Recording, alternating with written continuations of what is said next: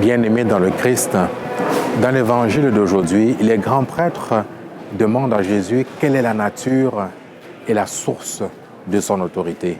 Or, l'autorité de notre Seigneur n'est ni politique, ni de ce monde.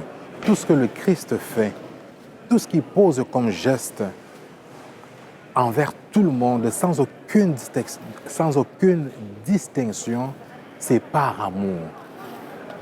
C'est avec amour. Tous les gestes qu'il pose, les gestes concrets, c'est avec amour. Et il enseigne, et son enseignement a une portée, a des effets sur ceux et celles qui l'écoutent. Et c'est en ce sens qu'il a de l'autorité. Les grands prêtres sont dérangés, pourquoi? Parce qu'ils ont besoin de se justifier par leur titre pour être au-dessus des autres, pour écraser les autres avec leur loi. Quand on a besoin de mettre son titre en avant pour justifier ce qu'on fait ou pour essayer de faire taire l'autre, de faire exécuter l'autre, là on se comporte comme les grands prêtres. Or le Christ, il met de l'avant l'amour. Voilà le cœur, la source même de la véritable autorité.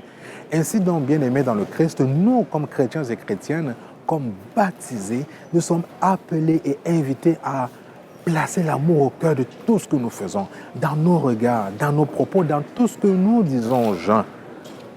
Les gens vont plus être convaincus ou plus être rejoints par ce qu'on dit si tout ce qu'on fait, on le fait par amour.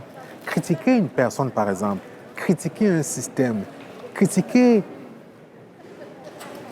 dans le but de changer, critiquer avec amour, par amour. Voilà ce à quoi nous invite l'évangile d'aujourd'hui, bien-aimés dans le Christ. L'amour, c'est la source, le fondement de toute autorité.